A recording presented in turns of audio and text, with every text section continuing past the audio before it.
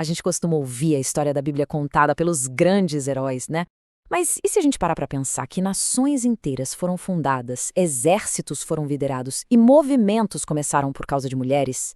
Nessa análise, vamos mergulhar nas histórias de figuras femininas que não foram só coadjuvantes, não. Elas foram as verdadeiras protagonistas. Essa é uma pergunta que muda o jogo, porque a resposta revela um universo de líderes, estrategistas, pioneiras, mulheres que não só desafiaram o que se esperava delas na época, mas que de fato moldaram o destino de nações. Bora descobrir quem são essas mulheres? E vamos começar do começo, da fundação. As matriarcas. As histórias delas não são só sobre o início de uma família, são a base, o alicerce da nação de Israel. Elas não estavam ali só assistindo, sabe? Elas foram co-arquitetas de um plano muito maior. E a primeira da lista é Sara. Muito mais que esposa de Abraão, ela foi a guardiã de uma promessa que parecia impossível: dar origem a uma nação inteira. A jornada dela é, assim, uma prova de fogo para a fé, contra tudo e contra todos. E o impacto da Sara é gigantesco. Pensa só. Esperar décadas por um filho que foi prometido. Isso exige muito mais que paciência, né? Exige uma confiança que não se abala por nada. A fé dela não foi passiva, foi a força que sustentou a jornada de Abraão e, no fim das contas, garantiu que uma linhagem super importante continuasse. A lição aqui é clara: a fé pessoal de Sara teve consequências históricas, que ecoam até hoje. Ok, agora vamos das fundadoras para as mulheres que estiveram no poder. Essas são mulheres cujas histórias não apenas inspiram, mas quebram completamente qualquer estereótipo de que a mulher no mundo antigo era passiva. E talvez o exemplo mais impressionante disso seja Débora. Numa época dominada por reis e generais homens, ela simplesmente acumulou 3 dos cargos mais importantes de Israel. Ela era juíza, profetisa e comandante militar. É uma combinação assim raríssima de sabedoria, visão espiritual e uma coragem estratégica de dar inveja.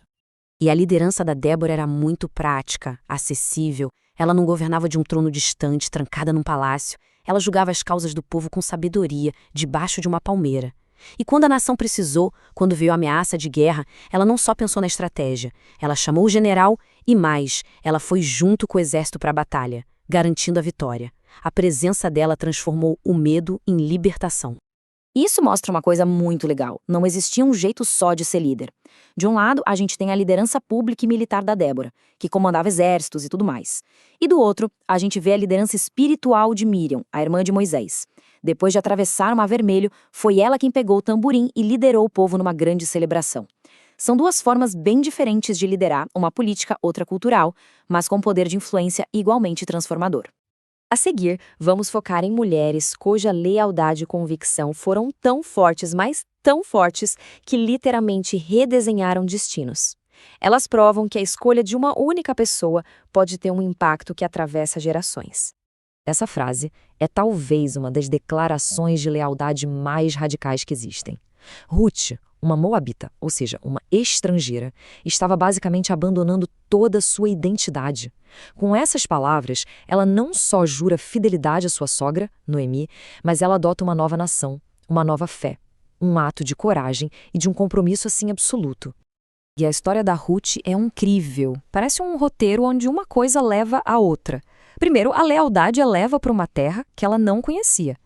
Lá, o caráter dela, a sua ética de trabalho, faz com que ela se destaque. Essa boa reputação chama a atenção de Boaz, que a acolhe.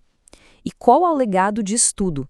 Essa estrangeira se torna a bisavó do maior rei de Israel, o rei Davi. Uma mudança para sempre na história da realeza. Dando um salto no tempo, a gente chega no Novo Testamento. E vamos ver como as mulheres foram, peças-chave no nascimento e na expansão de um movimento totalmente novo, o cristianismo primitivo. Pensa na mensagem mais importante do cristianismo. Quem foi a primeira pessoa a anunciar essa notícia? Não foi um dos apóstolos mais famosos. Foi uma mulher, Maria Madalena. Muitas vezes ela é vista só como uma seguidora, mas o papel dela foi o mais central de todos naquele momento decisivo. A fidelidade dela era uma coisa fora do comum. Ela estava lá na crucificação e foi a primeiríssima pessoa a chegar no túmulo vazio. E foi por isso que Jesus ressuscitado apareceu primeiro para ela, dando a missão de levar a notícia para os outros discípulos. Isso fez com que ela ganhasse o título de Apóstolo dos Apóstolos, ou seja, aquela que levou a mensagem para quem ia levar a mensagem para o mundo. E a lista de primeiras não para por aí. Conheça a Lídia. Uma empresária de sucesso, sabe, independente, comerciante de um artigo de luxo, a púrpura. E a visão dela para os negócios também se aplicou à fé, porque ela tem um título histórico, foi a primeira pessoa a se converter ao cristianismo em solo europeu. E o impacto de Lídia foi imediato, foi prático. Ela não só acreditou na nova fé, ela bancou a ideia, deu abrigo. Ao abrir a casa dela, ela não ofereceu só um lugar para ficar. Ela, na prática, fundou a primeira comunidade cristã da Europa. A casa dela virou o ponto de encontro, o pilar do movimento cristão em Filipos e o pontapé inicial para a expansão pelo continente. Então, resumindo tudo, a gente percebe um padrão muito claro, né? A fé de Sara ajudou a fundar uma nação. A coragem de Débora libertou um povo. A fidelidade de Ruth mudou a história da realeza.